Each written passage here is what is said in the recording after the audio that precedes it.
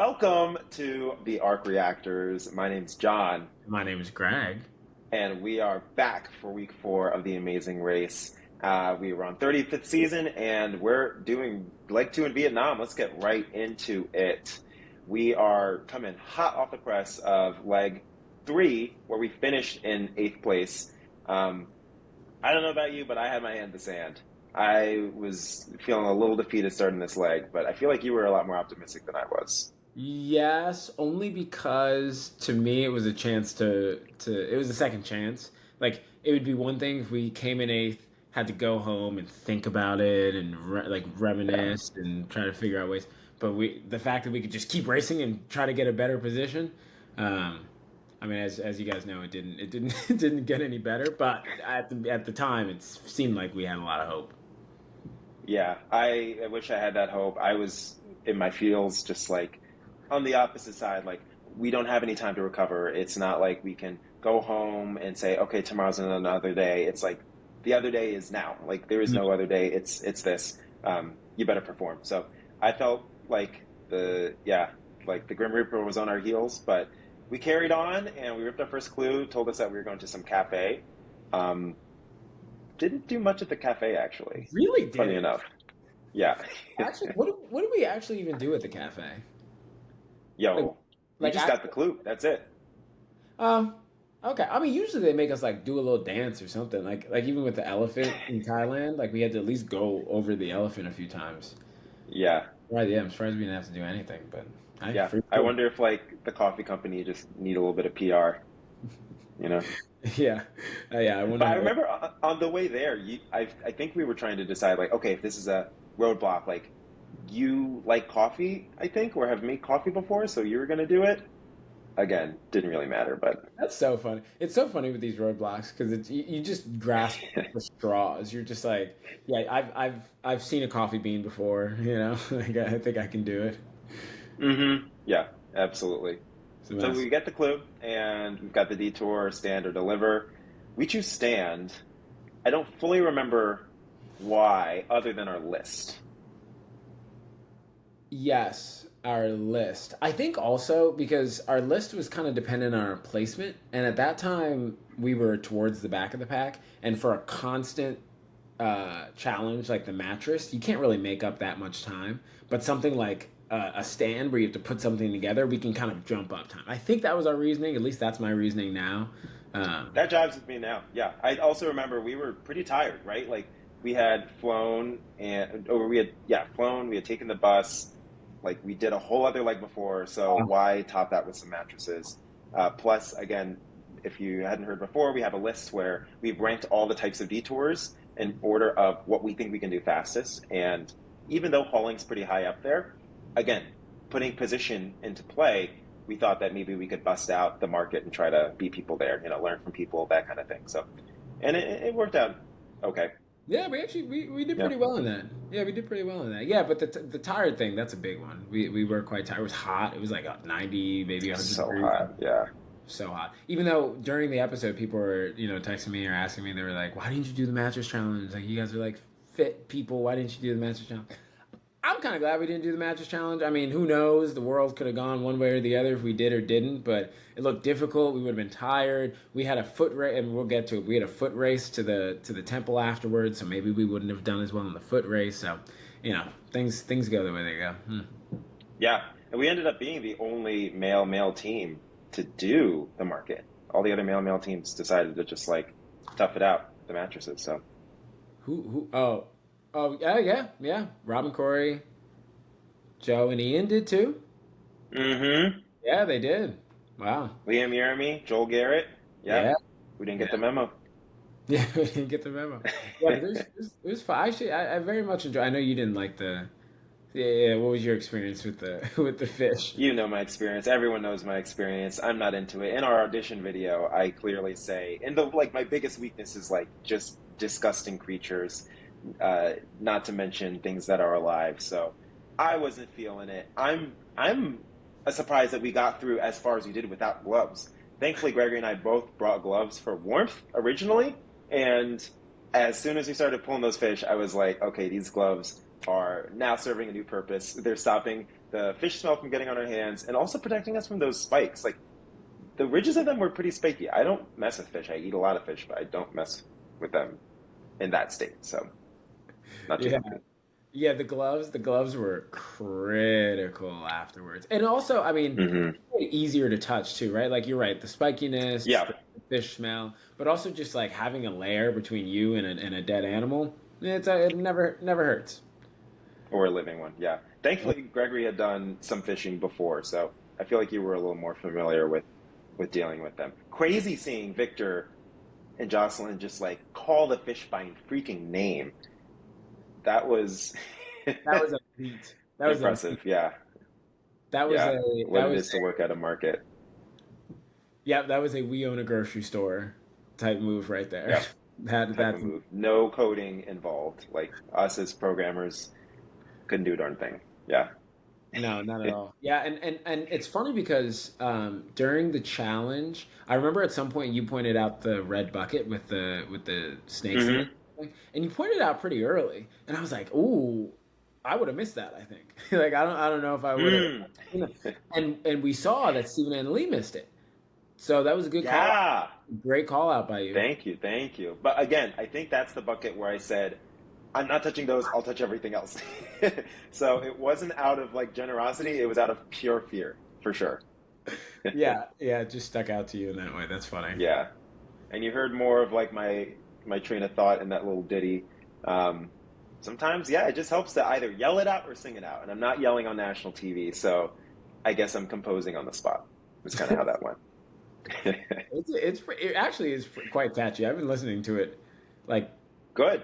a good amount I today. might drop the remix, high key. I feel like some people were like, "Oh, you should do a remix." Ha ha ha! LOL. I'm like, I hear the chords behind it.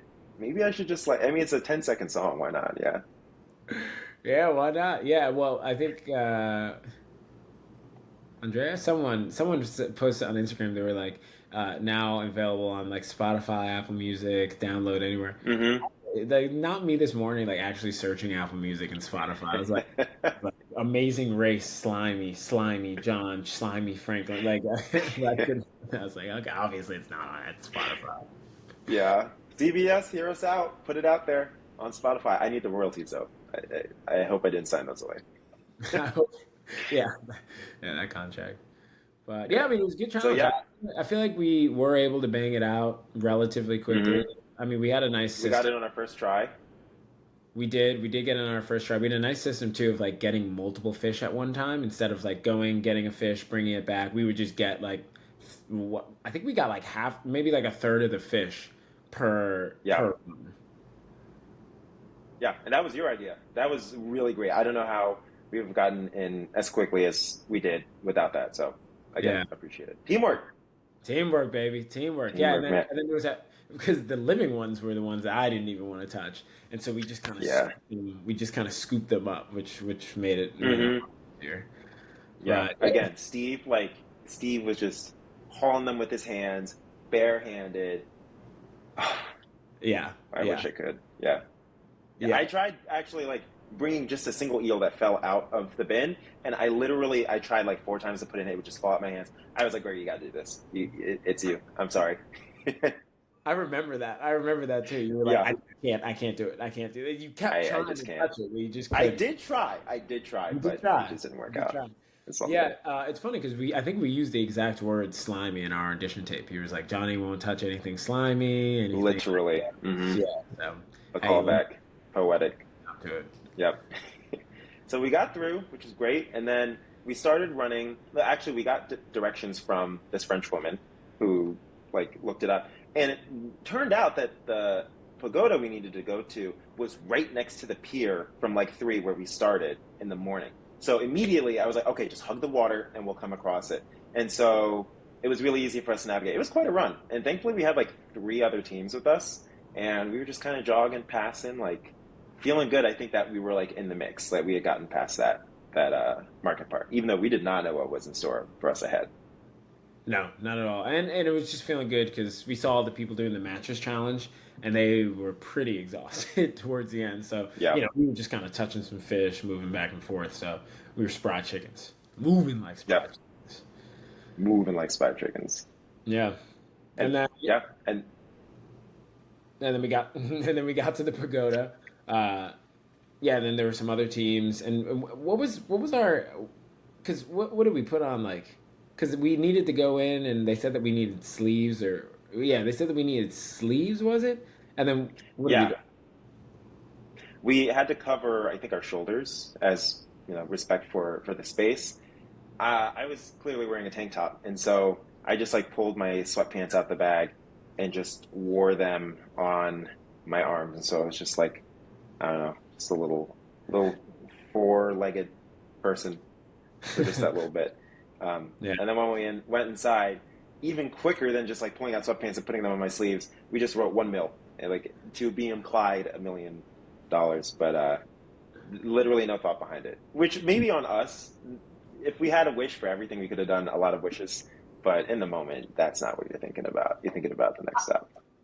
I think in that moment too, it was like us and then maybe like like Robin and Chelsea that were right Mm-hmm. next to us. And it was either they get the clue first or we get the clue first. It was just a matter of who gave their wishes. So we were like, Yeah. whatever, just write down whatever so we can like get our clue or get our like little kit first. So we just wrote down whatever we could think of. And hey, I mean, Mm-hmm. it's a good wish. It's a good wish. I wouldn't take it back. Like I mean, it's a good wish. Yeah. Yeah. Millie. So we hung them up. I thought that it would like burn. They said something that they burn them and that makes your wish come true. I was waiting to see that like that whole thing spiral, but they hung it up beautiful.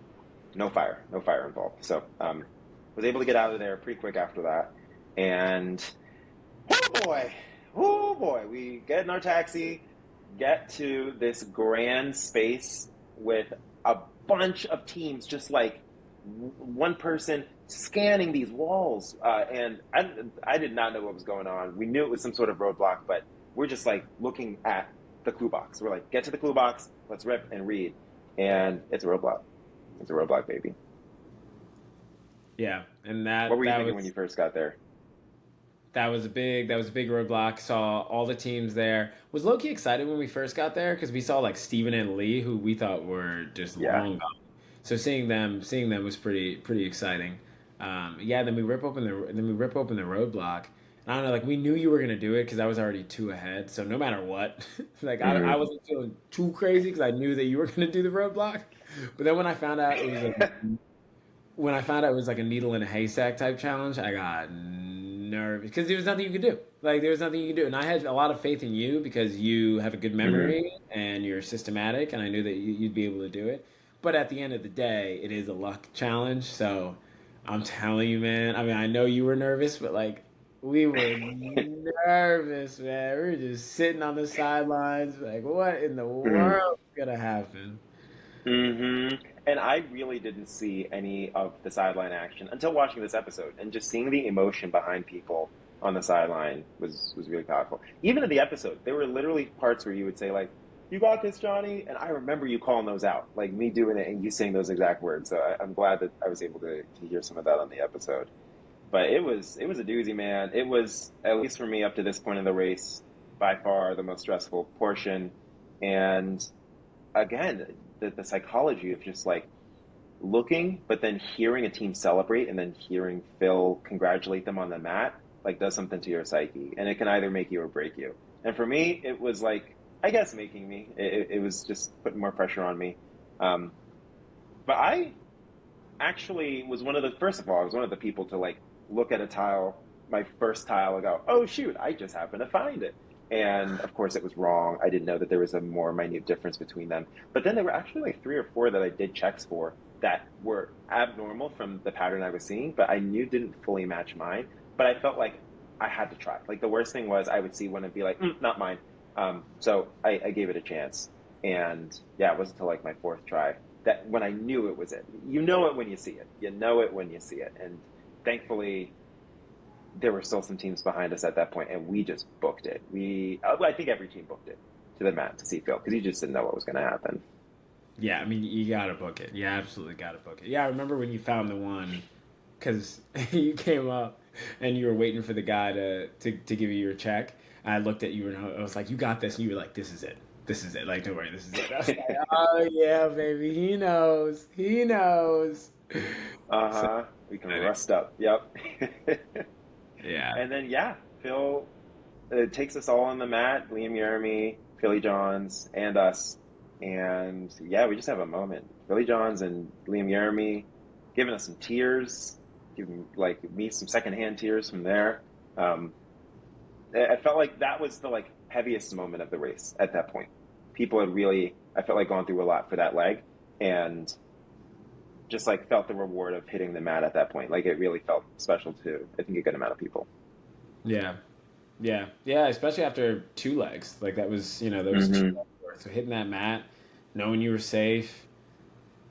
Yeah, I mean it was a good feeling because I mean you survived twice. You survived once in a day. It's one thing to survive once, rest, recover, and then survive again. But man, having to survive twice in one day, that's a lot of stress. Puts a lot of stress on a guy. Mm-hmm.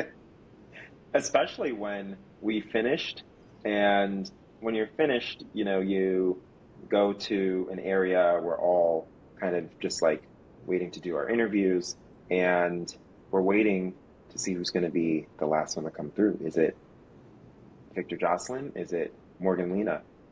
Both just like such pinnacles of the race up to this point. Morgan Lena with an express pass, having used it the previous leg. How could they get out with an express pass? And then Victor Jocelyn, literally our leaders, the people we wanted to U-turn the most up to legs 1 and 2, like seeing them fall from grace. And so it was really like either one's going to be wild. And yeah, RIP Victor Jocelyn. Like enjoyed them so much fun to be around. Yeah, honestly, yeah, and yeah, honestly, that was a sad moment. That was a sad moment.